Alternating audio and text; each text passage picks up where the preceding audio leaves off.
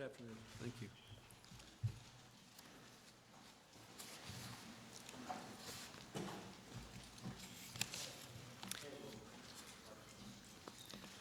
Good afternoon. This has been a good week for the American people. First, the landmark breakthrough in human genomic research, which promises to eradicate once incurable diseases and revolutionize healthcare for a very long time to come. Second, the release of the mid-session review, which told us that the health of our economy continues its remarkable expansion. Our budget surplus this year will be the largest in history, $211 billion. Over the next 10 years, after we lock away Medicare and Social Security surpluses, the remaining surplus is expected to be almost $1.5 trillion.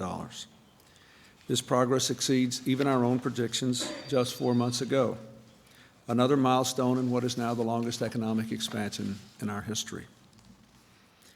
This is a tribute to the hard work of the American people and our commitment to fiscal discipline, expanded trade, and investments in our people and our future.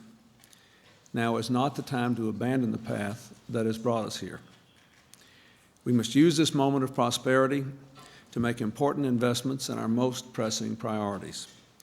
Chief among them is the need to provide affordable, reliable prescription drug coverage to our seniors. There is no question that this is a critical need. Just yesterday, a study released showed that prescription drugs shot up over 10% last year alone. That is too heavy a burden for our older seniors to pay and for our people with disabilities to pay.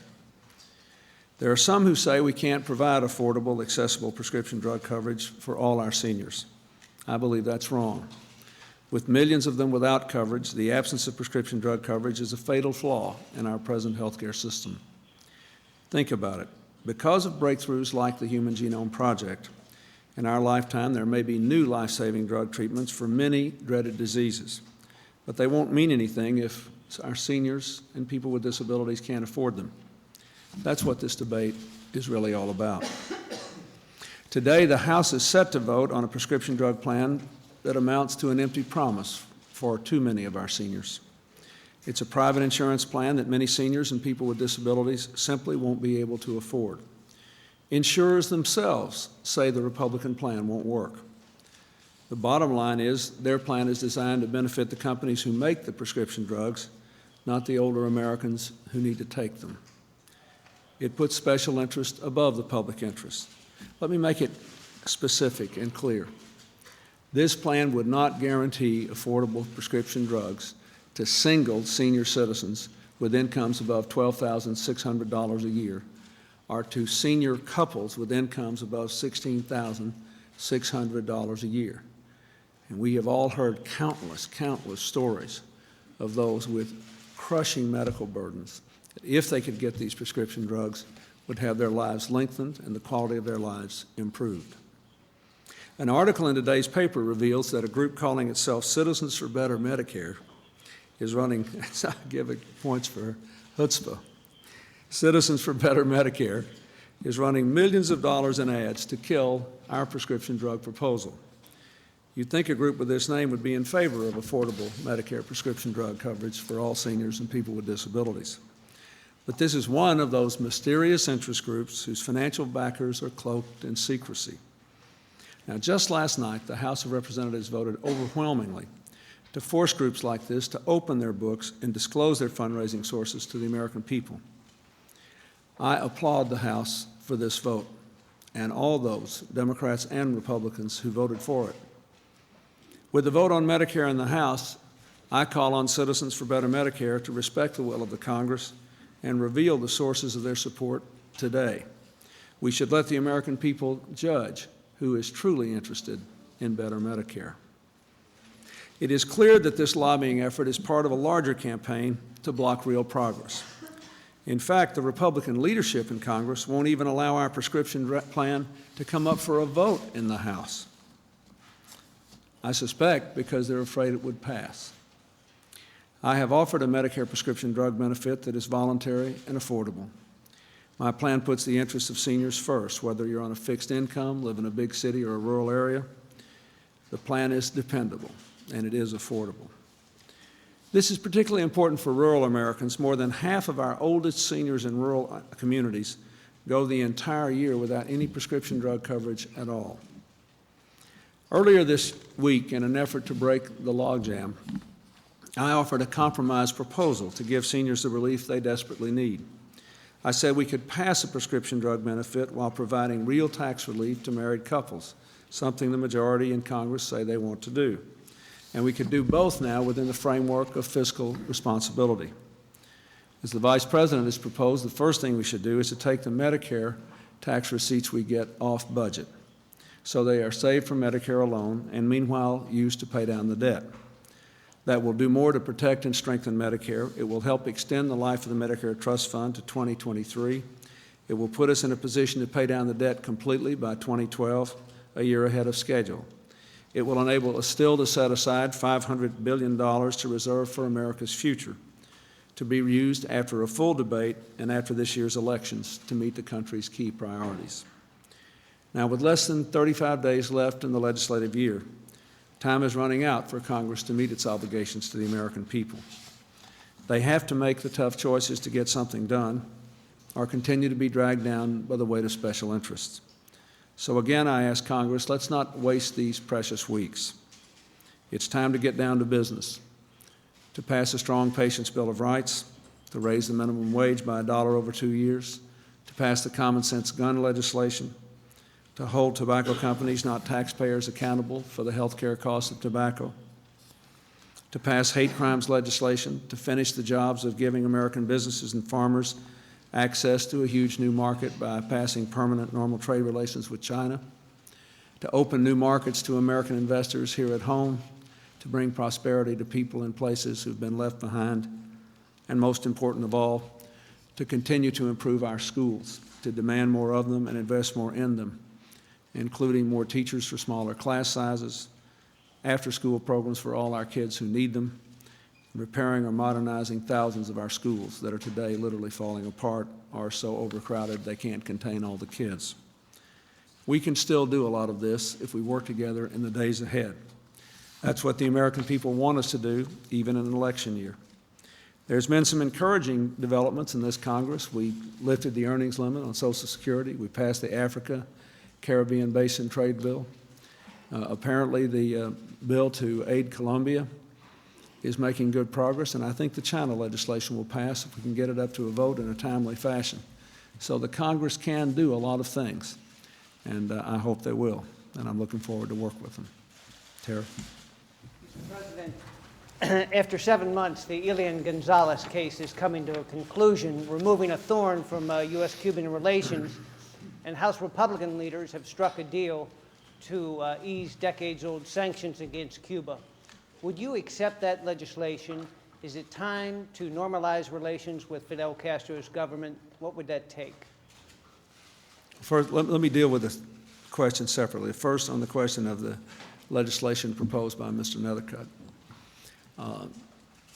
If I believe that the legislation essentially allows for the sales of American food and medicine to Cuba or to other countries, but has some protection for us for extraordinary circumstances that foreign policy might require, like Senator Lugar's bill does in the Senate, then I would be inclined to sign the bill and to support it. I've always wanted to sell more food and medicine, not only to Cuba, but to other countries as well. I have some concerns about it, and I just have to analyze the bill as it passed and whatever legislation finally makes its way to my desk, because as I understand it, they put some new restrictions on travel to Cuba, which might undermine our people-to-people contacts, which have been more and more extensive over the last several months, and which I believe to be very important. And since no federal programs can be used to help finance these food sales as they can be to other countries, we need an analysis of whether there actually will be more sales under the legislation. So what I guess what I want to know, and I just haven't had time to get the analysis from our folks, It's whether this will be a net plus in terms of our strategy, which is to reach out to the Cuban people without supporting the Cuban government. Now, the second question you ask is whether it's time to move toward normalization. Let me just do a little history here. In 1992, when I was running for president, the Congress passed the Cuba Democracy Act, and President Bush signed it, and I strongly supported the bill. The bill seemed to strengthen economic sanctions on Cuba, but actually provided a specific step-by-step way for us to move toward normalizing relations. And we were in the process of doing that. We did it in 93, 94, 95. We were moving toward we would do something, they would do something. It was working, I thought, quite well. And I thought the law was actually quite good. And then the Cuban Air Force shot the planes down and killed American citizens illegally and deliberately. So since after that, the Helms-Burton bill passed, and it codified the embargo.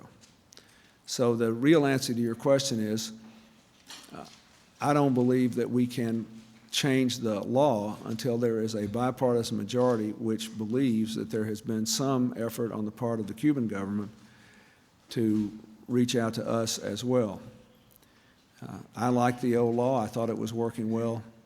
The killing of those innocent people in those 2 airplanes changed all that, and now we're in a position where, until there is a bipartisan majority of Congress persuaded that there has been a fundamental change, we can't do more than what I've been doing, which is try to aggressively expand people-to-people contacts. That brings us back to the Connecticut bill. If I think on balance, it allows the president, not me, just me, my successor as well, to pursue our foreign policy interest and will, on balance, further that policy, then I would support it. But I want to analyze it for the reasons that I said. Go ahead, Steve. There are reports that Israel and the Palestinians will be coming to Washington next week for talks. Do you think enough progress is being made to arrange a Middle East summit, or are you discouraged? And separately, should Israel stop the sale of radar systems to China? Let me answer the second question first, because that's a much clearer one. We're very concerned about that sale, and I've talked to Prime Minister Barack about it extensively. And as you know, there's a lot of concern in the Congress, so we're still working on that. Now, in terms of their coming here for talks, there has been no date set. I do not believe that they can resolve the final, most difficult issues without having the leaders get together in some isolated setting and make the last tough decisions, or decide not to make them, as the case may be. Of all the issues involved in with regard to all the parties in the Middle East peace talks, the final status issues between the Israelis and the Palestinians are the most difficult. I do not, however, believe they're going to get any easier with the passage of time. I think that some foreign policy problems, the answer is to kick the can down the road and wait for them to get better and hope time takes care of them. Some have to be decided sooner or later, and sooner is better than later. My own instinct is that the cluster of problems here would be better off being resolved sooner rather than later. I've had Mr. Ross out in the Middle East, and then Secretary Albright went, and she's going to give me a report, and when she does, then I'll make a judgment about whether the time is right to ask them to come here. But I have not made that decision yet. Go ahead, Paul. A death penalty question, sir. Do you believe that Governor Bush made the wrong decision by allowing Mr. Graham to go to his death last week? And secondly, do you believe it's time for the American people to stop and reassess where we stand on implementation of the death penalty in this country? Well, on the Texas case, I didn't read the file. All I know about it is what I've read about it in the press. But let me say generally what I think. I think that those of us who support the death penalty have an extra heavy responsibility to assure both that the result is accurate and that the process was fair and constitutional. And that means, to me, at least in modern terms, the broadest possible use of DNA evidence and the strongest possible effort to guarantee adequate assistance of counsel. That's a big issue. I think those were two of the reasons that motivated Governor Ryan in Illinois to do what he did. And it has driven a lot of other things in this debate. So that's where I think it is. Now, I don't know that the American people have changed their position that it's still an appropriate penalty under certain severe circumstances, and I haven't. But I am concerned also at the federal level with I don't believe that adequate assistance of counsel is an issue in the federal cases. And as far as I know, there are no cases in which the question of DNA is an issue. But there may be, I don't know if there are some. The issues at the federal level relate more to the disturbing racial composition of those who've been convicted and the apparent fact that almost all the convictions are coming out of just a handful of states, which raises the question of whether, even though there's a uniform law across the country, what your prosecution is may turn solely on where you committed the crime. So I've got a review underway of both those issues at this time. Yes, Bill?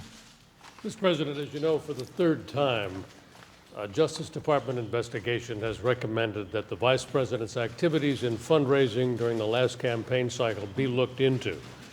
Previously, on 2 occasions, the Attorney General has declined to do this. Would it be better for the Attorney General, for your administration, and for the Vice President's candidacy if he invited such an investigation? Well, first let me say, my understanding is, I know this is true in the previous cases, and I think it's true here, is that there are some people in the Justice Department that think there should be and some who think there shouldn't be. And the Attorney General, who has shown no reluctance to ask for a special counsel when she thought one was called for, didn't think one was called for in this case, and she reaffirmed that yesterday. And I think the fact that the Vice President released the transcript of his interview was a very good thing, because some Republican senators had made some assertions about it that just weren't so. They weren't true. And now that the whole thing has been put out in the public, it seems to me that the best thing to do is for the American people to make their own judgments about it. But I don't see any reason that the Attorney General shouldn't make a decision in this case as she has in every other one. Claire? President, another question about your Vice President.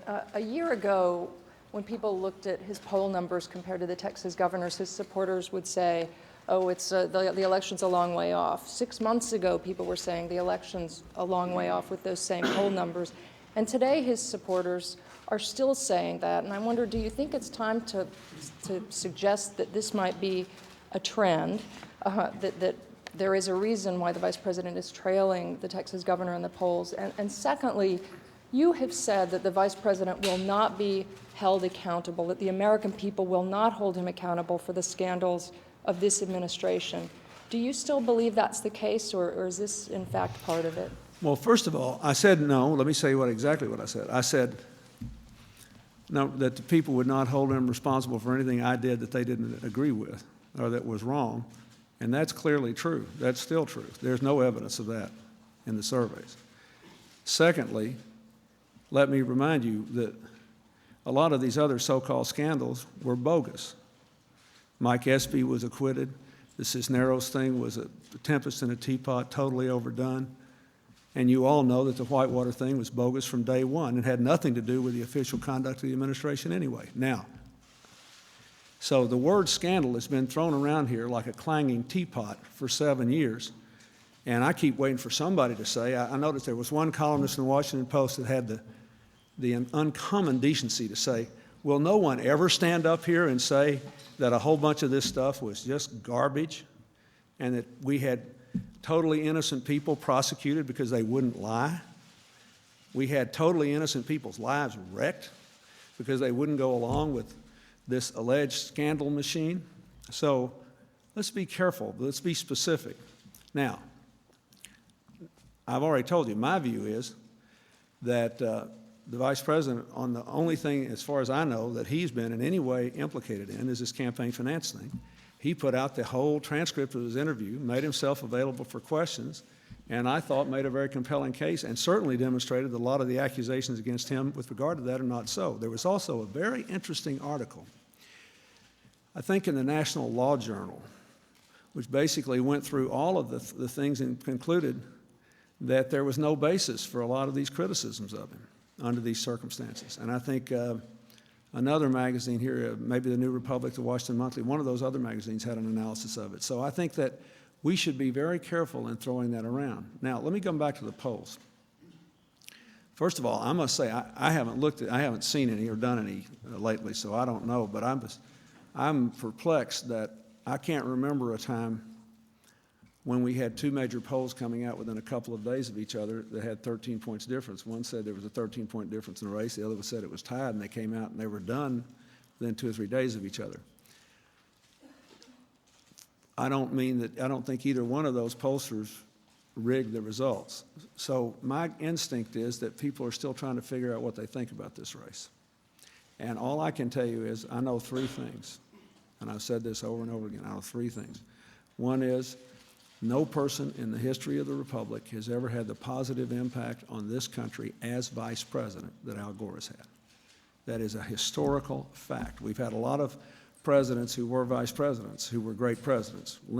Jefferson, Teddy Roosevelt, Harry Truman were great presidents, but not because of their service as vice president. Nobody has ever done as much for America as vice president as Al Gore has. Therefore, in my lifetime, he's the best qualified person to serve. Second thing is, I believe that he's right on the issues. I think his economic policy is right. I think it's far more likely to keep the prosperity of this country going. I think it's far more likely to include people that would otherwise be left out. And the third thing is, I think it's important that somebody be elected that understands the future. We just announced this genome project yesterday. What are we going to do to make sure there's no genetic discrimination? A lot of people will want genetic discrimination in employment, in promotion, in extension of health insurance. What are we going to do to make sure it doesn't exist? What are we going to do to make sure in the computer revolution that there is no violation of people's privacy rights with their health and financial records? A lot of people will want to get that private health and financial information. So I think that what will happen is we'll come to the conventions, we'll have these debates, and somehow what I've been amazed by, an amazing volatility since the end of the, at the end of the primary campaign, most of the polls had him up a point or two. So there's been a lot of volatility in these polls, and my best judgment is that people are still trying to figure out what they're going to do. And sooner or later they will. I don't think they have. And I think if they know those 3 things about Al Gore, it's still more likely than not that he will win. Yes. You've spoken to the congressional constraints that are attached to your ability to deal with Cuba, and yet a hallmark of your foreign policy, sir, has been commitment to engagement, the idea that American trade and investment ideas and practices can be powerful engines of change. China, Russia, Vietnam, now even North Korea. Do you think, sir, that it's in the American interest not to have those tools available in dealing with Cuba? Do you think there's any prospect at all that the current policy will actually work? And after 40 years and now 9 presidents, do you think the time has come to reassess? Well, I think the next, I'll go back. I like the system that exists under the Cuba Democracy Act. I think Congress has a role to play here. But I like the Cuba Democracy Act. I think it's not wise to take away from the president all the tools of diplomacy with regard to one country that he might have or she might have someday with another country. So I like that. But I will say again, there was a reason for that. All these other countries you mentioned, none of them,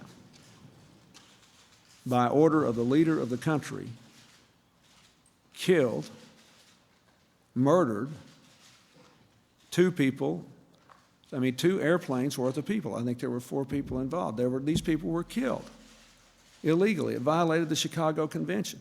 Even if you believe that those planes were in Cuban airspace, which we believe they were not, they could not legally be shot down. Now, that changed everything. The deliberate decision to murder those people changed everything. And it made me wonder whether Mr. Castro was hoping we never would normalize relations, so then he could use us as an excuse for the failures of his regime. But we are where we are here. What have I done? I was aggressively moving to implement the Cuba Democracy Act before that happened. Since then, we have done everything we could, and I noticed there was one article about it last week which pointed out how Secretary Albright had dramatically increased the people-to-people contacts and the travel to Cuba. We are doing what we can. Obviously, I think that anything we can do to engage the Cuban people, to get them involved in the process of change, to get them to look outside the world, to get them to look beyond the present system they have, is a positive thing to do. And that's why I answered in response to that very first question. To evaluate the legislation in the House on the food and medicine sales, I've got to really have an analysis to say, will the restrictions in personal contact, which the legislation imposes, which I think are a mistake, be outweighed by the increased sales of food and medicine in terms of the ultimate benefit to the Cuban people? And I will look at it and see. Yes, George. Mr. President, does the closeness of today's abortion vote in the Supreme Court suggest to you that abortion rights are at risk in the next court, or does it suggest that the fact that partial birth abortion can survive even a conservative court say that they aren't as threatened as some believe? Well, first, I think the court decision is clearly the only decision it could reach consistent with Roe v. Wade. So I think what you know there is that that's the vote for Roe v. Wade. You can't have a rule like the rule of Roe and then ignore it. So that's why, if you remember on this late-term abortion issue a couple of years ago, I pleaded with the Congress to adopt a broad limitation on late-term abortions consistent with Roe v. Wade, but to make an exception for the life and health of the mother as the Supreme Court decision required. They declined to do that, and so we've had a political impasse here, and then you've seen what's happened in all these states. So the decision is, I think, consistent with Roe v. Wade. And as you pointed out, it was narrowly upheld. I think that's about what the vote for Roe is. And I think that in the next 4 years, there'll be somewhere between 2 and 4 appointments to the Supreme Court. And depending on who those appointees are, I think the rule will either be maintained or overturned. And I think that it's very much in the balance, depending on what appointments are made in the next 4 years. That's what I believe. Yes, go ahead, Larry. Mr. President, Governor Bush has been critical of you in the energy policy of the administration, saying that you failed to adequately convince OPEC to increase oil production. He also claims that if he became president, he'd be able to use personal diplomacy to persuade allies like Kuwait and Saudi Arabia to, I believe he said, turn on the spigot. Do you find that kind of claim realistic? And do you have any reaction to his criticism of you? Well, first of all, I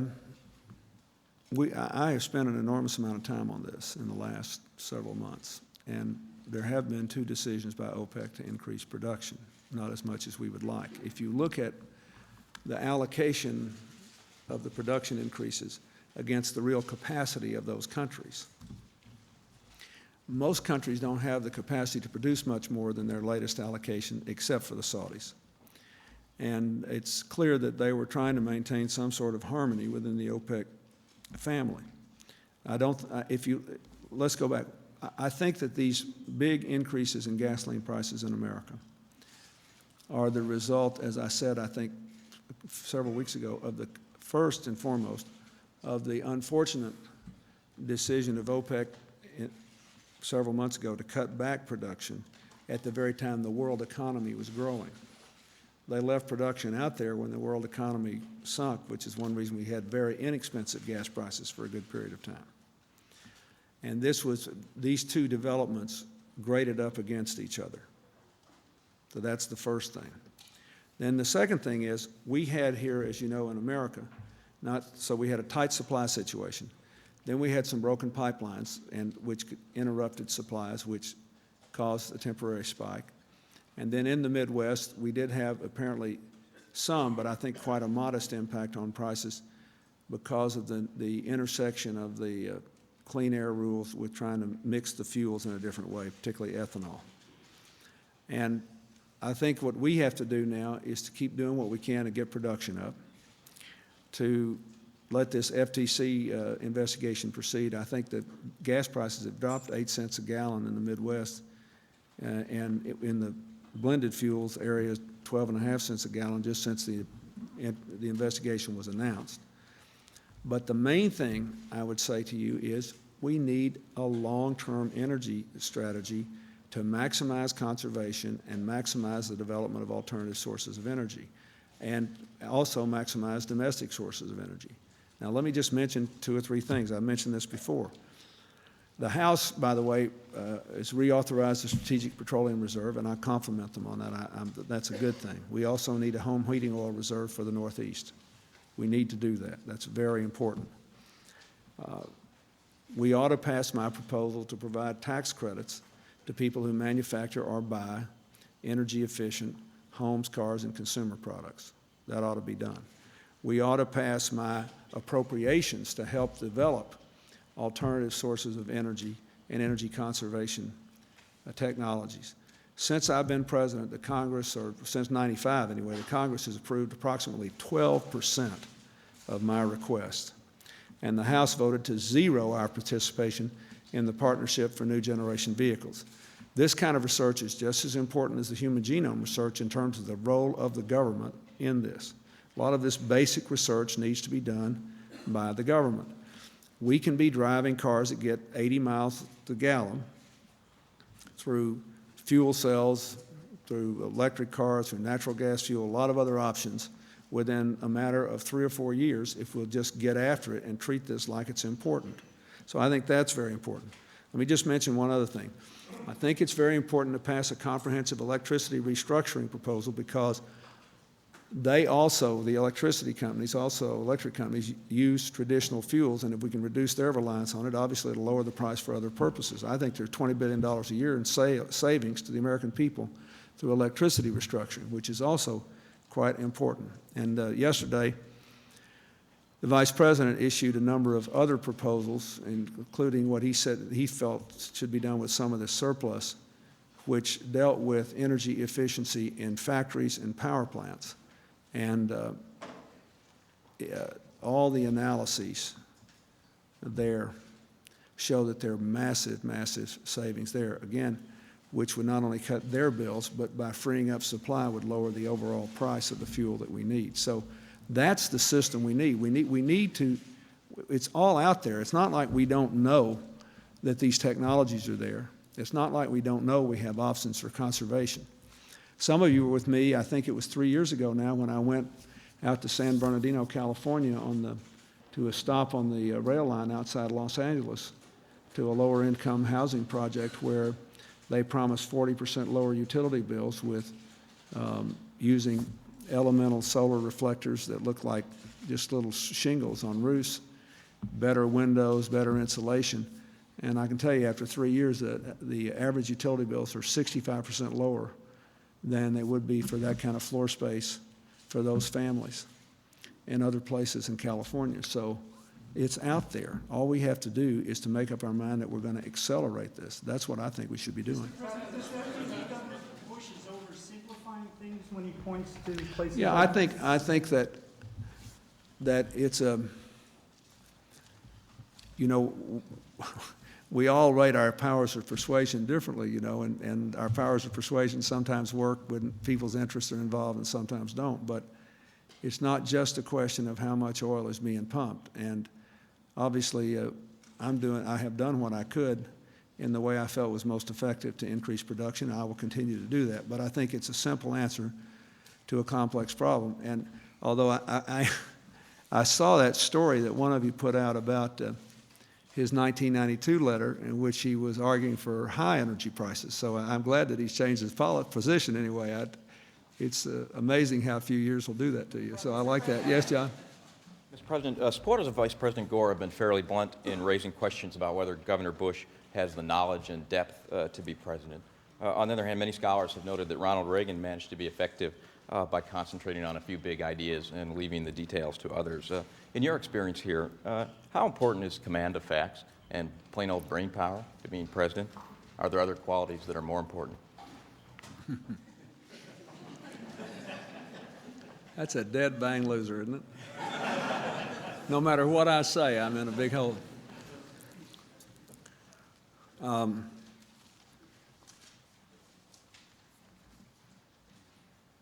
Well, first of all, I don't think it's so much a question of intelligence, generically. I mean, I think it's more a question of curiosity and willingness to learn what you think is important and learn. I guess I think that no president can say, well, it should be enough for the voters if I get the best advisors in my party and they come up with a position and I take it. I think so what the voters will have to analyze here is how important is the fact that Al Gore spent 20 years working on arms control issues, for example, in dealing with all these things. How much of an effort, I ran as a governor, although I've been a governor a lot longer, but how important is what you know, what you've learned in the job you've got. And I think that this is a question that's more readily addressed really to the candidates than to me. You know, I'm a different person. Everybody's different here. So, you know, I always felt that I needed to know as much as I could, not so I can make decisions without experts and without advisors, but so I'd be in the best position to evaluate the advice I was getting. That it's very important for a president not to try to micromanage the presidency. So what you try to do is to find a balance between, it's because it's a deciding job. It's a deciding job, you know, and a lot of our presidents, I think, have had some problems, not because they knew too much, but almost because they worked so hard that they were so tired they maybe couldn't make really good decisions when they were tired.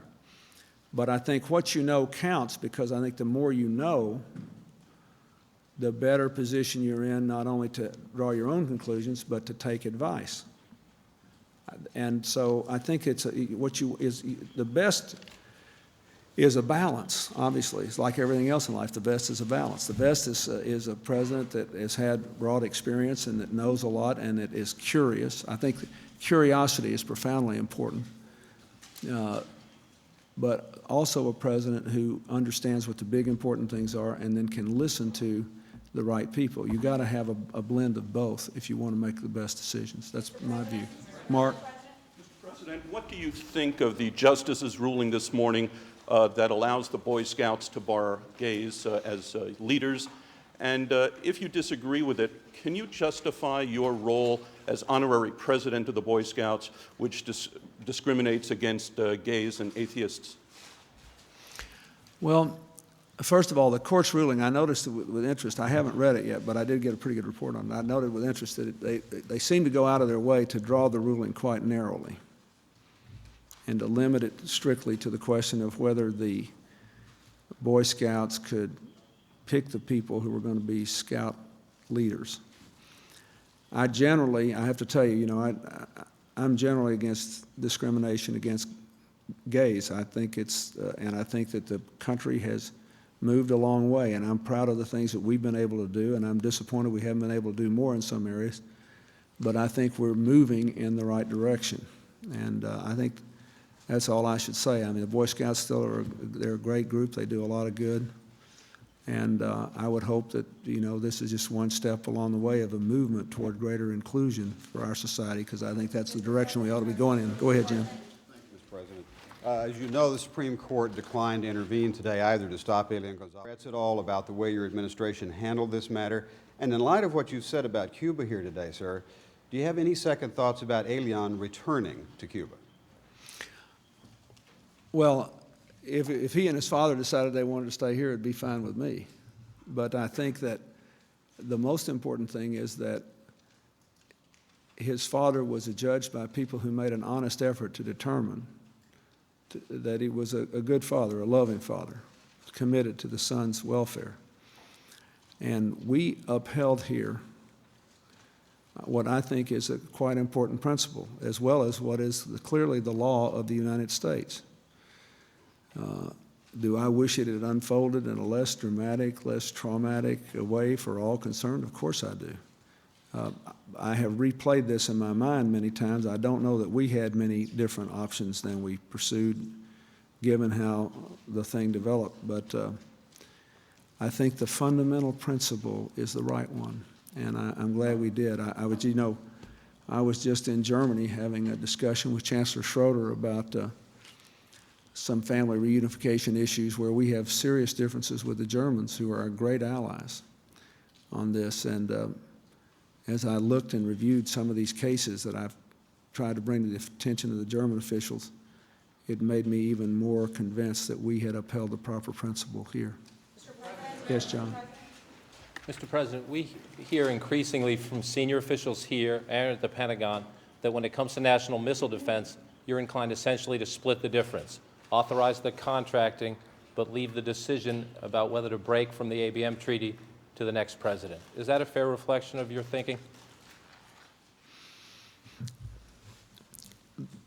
The most important thing about that today is that I have not made a final decision, and that most of this speculation that is coming in the press is coming from people who have not talked to me about it.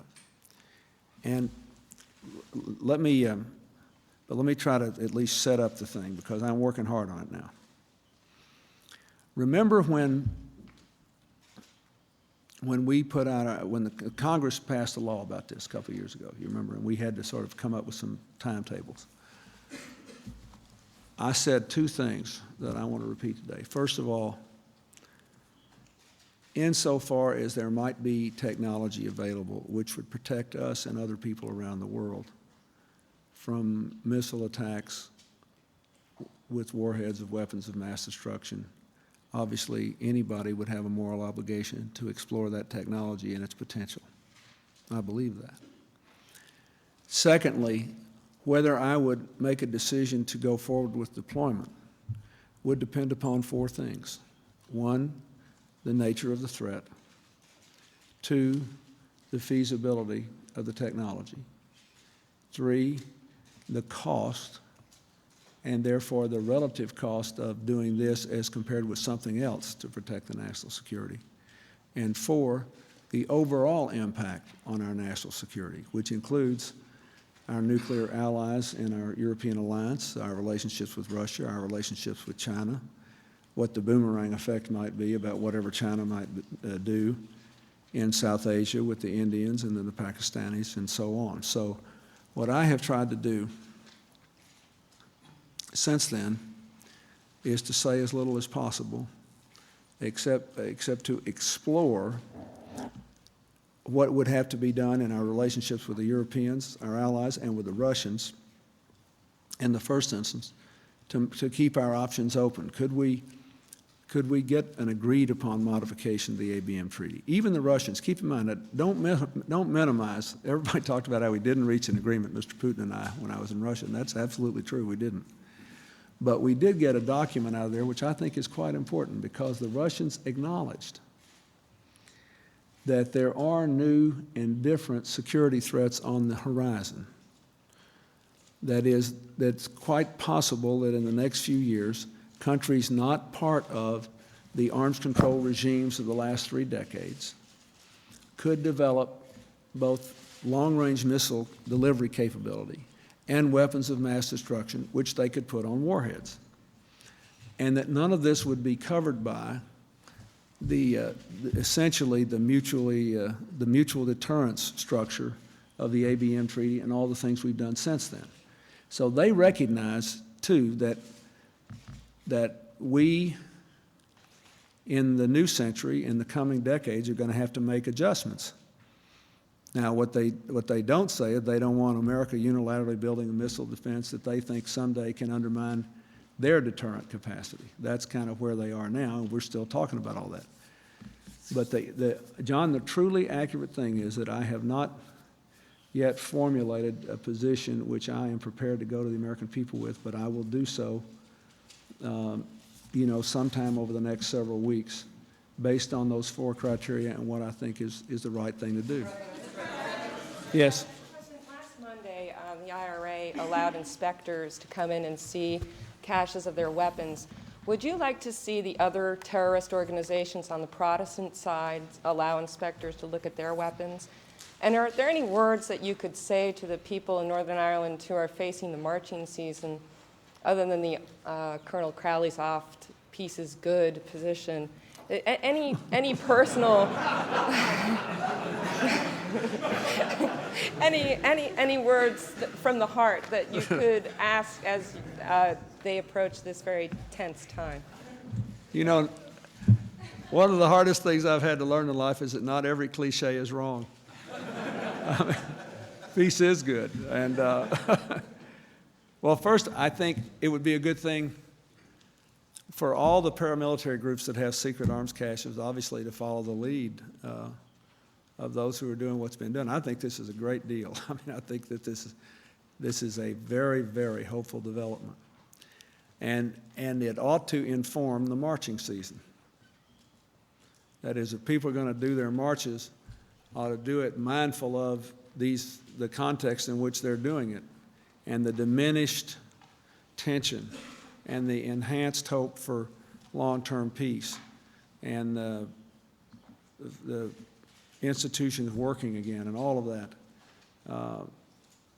You know, this is America. We can't say anybody can march, anybody can talk, anybody can say whatever they want to say. But everybody ought to, what I would hope is that there will be a new sense of responsibility and a new sense of possibility in Northern Ireland because of these developments. You know, there's been lots of work done now over the last several years on this. We've come a long way since the first talk of then Prime Minister Major and then Prime Minister Reynolds. And I think that the work, particularly the things that have been done, the commitments that have been made, and the actions that have been taken the last few months, they ought to be cherished by the people of Northern Ireland, and we ought to have a marching season that unfolds, I would hope, to the maximum extent possible in recognition of all we have seen. Yes, ma'am. I'd like to know how you feel Al Gore is doing at being his own man. The reason I ask that question is so many of his policies seem to be extensions of your policies, and even last week in the handling of the renewed call for a special prosecutor, the press was full of reports of how his response was very Clinton-esque. So how do you think he's doing at establishing a sense of his own identity? Oh, I think he's done that very well. I think, you know, let me remind you, you know, when I asked him to become vice president, there were some people who criticized me who said, what a dumb thing I did because we were the same age. We came from, although as he never lets me say that, he's a year younger than I am. And looks much younger now because he has no gray hair. But anyway, that we came from the same part of the country. We basically came from the same wing of the Democratic Party. But I thought I was getting good balance because he knew things I didn't know about arms control, energy, the environment, the way Washington worked. So it shouldn't surprise you that having worked here for 8 years, as we all have, that a lot of the new things he proposes would grow naturally out of what has been done rather than being a departure from it. But I must say, I read quite carefully that those proposals he made yesterday, and while he did incorporate a lot of what I have proposed on energy and you know, efficiency and all, he went way beyond anything I'd ever proposed too. I was kind of sorry I'd never thought of a thing, one of those two things, one or two of the things that were in there. So I think he's doing fine on that. I think that,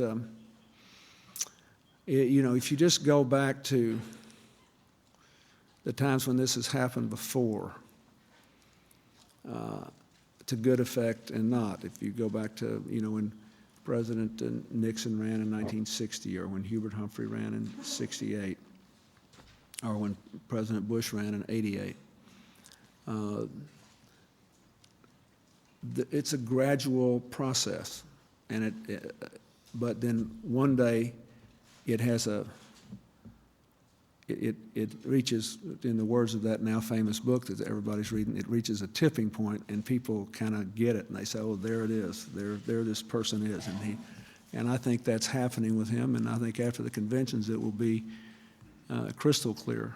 And main players on the stage of American political life will be the two candidates for president. Yes, Mara? The proposals that Vice President Gore laid out yesterday on energy and the proposals that you discussed today are all long-range solutions to the nation's dependence on oil. In terms of the problems that drivers in the Midwest are experiencing right now during the summer driving season with high gas prices, what would be so bad about suspending gas taxes temporarily just to give those drivers a break? Well, first of all, the federal gas tax is not that big, and most of the gas taxes come from or at the state level. But if it were done, and Congress debated this before, if it were done, they would just have to decide what they were willing to pay in terms of either the deferral or the cancellation of federal highway projects, and that's just, it's a trade-off, and they'd have to make that judgment. It would, even there, it would take some time, and there was some question, as I remember, whether it was raised before, whether all those price savings would be passed along to the consumers. And so I think that if the Congress is going to do that, they want to have some assurance that that would be done. But let me say, this is not such a long-term deal. First of all, the most important thing is to let the industry know we're running a serious investigation here. And that's, I would remind you, gas prices have dropped 8 cents in the Midwest a gallon since we announced them at the pump, much more at the wholesale level. And the blended gas has dropped more than 8 cents a gallon. So let's not minimize that. Second thing we need to do is to make absolutely sure that everything that can possibly be done to make sure the pipelines are flowing properly and the refineries are working. That's done. You know, we had a small problem, you may remember, where I used the Strategic Petroleum Reserve recently because of a breakdown in supply available to a refinery in the South. So if I can find any other kind of, backlogs like that where there's something I can do to get the flow going, I will do that as well. But the most important thing I can tell you is I think that this, as we get more production online, this present price crisis will begin to abate. But we will have fundamentally higher prices now that the rest of the world's economy has recovered. And now that virtually all the OPEC members but Saudi Arabia are operating virtually at full capacity, until we make up our minds that we're going to drive higher mileage vehicles and do other things that use less oil. And we are not talking about a long-term thing. You're talking about a lot of these cars could be on the road and available for sale within 2 years, a lot of them. And it's just a question of whether we think it's a national priority. And, because we treated the human genome like a priority every year because we all want to live forever. And that's good. I'm not minimizing that. I'm not being flippant about that. We do. That's a good thing, not a bad thing. But we only get interested in this when the price of gasoline goes through the roof. And this was inevitable. We were actually I expected it was going to hit sooner, but the Asian financial crisis dropped it down. Now, they went up more than they should have and more than any of us anticipated, including me, and I think part of that is perhaps not justifiable, and that's what we're seeing, why we're seeing some price adjustments in the Middle West today. But the only real answer for this is for us to develop alternative sources to oil and more efficient ways of using the energy we have, and we can do it in a hurry if we just put our minds to it. Go ahead. Just follow up on that. Deborah, go ahead. The federal gas tax is 18 cents, which is not insignificant. Half of that was instituted originally for deficit reduction. Now that we don't have deficits, and in fact we have record surpluses, what would be wrong with temporarily rolling back, say, 9 cents, or maybe even just the 4.3 cents that you instituted as part of your 1993 budget deal? So inherently there's nothing wrong with it, but you'd want to know two things. First of all, the Congress should be satisfied that whatever the financial consequences are to the highway construction and repair program are consequences they're willing to pay, and they think their constituents are willing to pay, number one. And secondly, they need some assurances that actually the people would benefit from it at the pump. Deborah? Deborah, go ahead. Sir, we're obligated to ask you about your post-presidential plans, just in case you've made a decision since the last time we asked you. I recall that many years ago, you were asked about, when you were still governor of Arkansas, you were asked about your future political plans. And interestingly, you didn't mention the presidency, but you did say that you had always wanted to be in the United States Senate. Is that on the table for you? Have you made any other decision that we need to know about? No, but let me remind you what the context. You go back and read that interview, I think you'll see. What I said was, when I was a young man, I always wanted to be a senator, and I never thought about being a governor. But when I became a governor, I found that I liked being an executive better than I liked being a legislator. And I still feel that way. No, I think maybe I'll run for the school board someday. That's about the only thing I can imagine doing. I don't have any other plans. I just want to be a good citizen. Go ahead, in the back. Last question. Yeah. Republicans in Congress are seeking to pass the spending bills early this year in an effort to get out of Washington and go campaign in the fall. And yet there are significant differences between what they want to spend and what you have proposed. I'm wondering, what do you see as the major points of disagreement at this time? And do you think that we're in for the same type of prolonged budget stalemate that have been featured in the past? Well, that's entirely up to them, whether we're in for the budget stalemate. But if you just look at the education budget, I mean, how many times do we have to go down this road? You know, it's still not supportive of the 100,000 teachers in the smaller classes, still not supportive of the dramatic expansion in after-school programs, which is critical to school performance, still has nothing in there for school construction, still is inadequate in terms of my plan that people ought to identify these failing schools and either turn them around or shut them down, and lots of other problems with the school proposal. If you look at the crime proposals, this is unbelievable.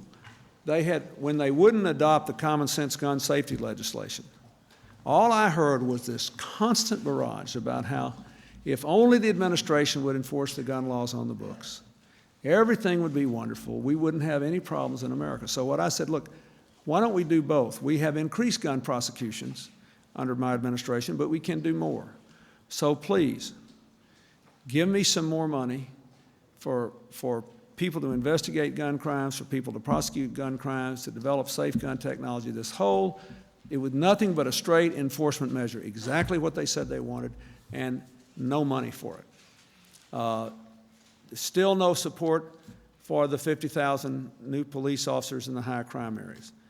And still the constant threat of these environmental riders and underfunding of the Land's Legacy Initiative and a number of other things. So we still have some serious differences. Now, we've been doing this every year since 1995. We just sort of slightly change the script every year.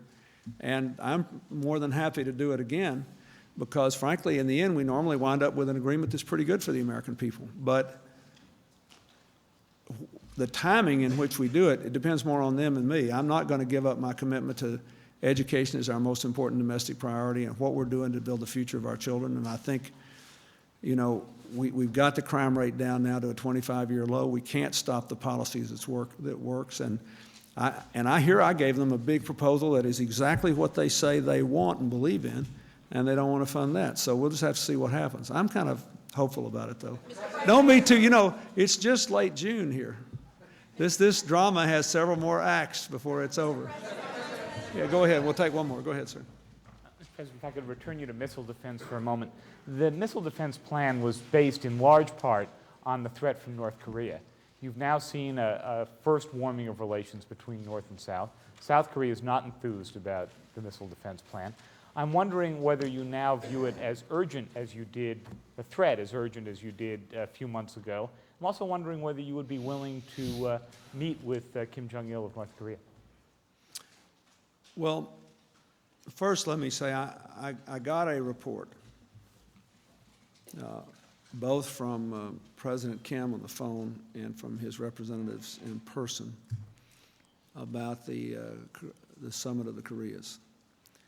And I thought it was a very, very important development and a great tribute to President Kim's vision and courage and persistence And I also think it justified the American policy, which is that we would never allow ourselves to be put in the middle between the two Koreas, that we wanted them to meet and work together. So we, I think, contributed to it. The Chinese and others did as well. I think this is good for everybody, and I'm encouraged by it. I'm also encouraged by the moratorium that the North Koreans have on testing, but they still have a missile program. And so it's still something that the United States has to be mindful of and to prepare to deal with and to keep up with. And of course, I hope it will go away as a problem. I hope it for the people of North Korea too. Goodness, all these countries that have a lot of people in great need that are spending vast sums of money on defense. It's one of the great tragedies of the world today. So would I like it to go away? Of course I would. Do I think it's gone away because of this meeting? I don't. Do I think it might? It might, and I hope it will, but we don't know that yet. Thank you.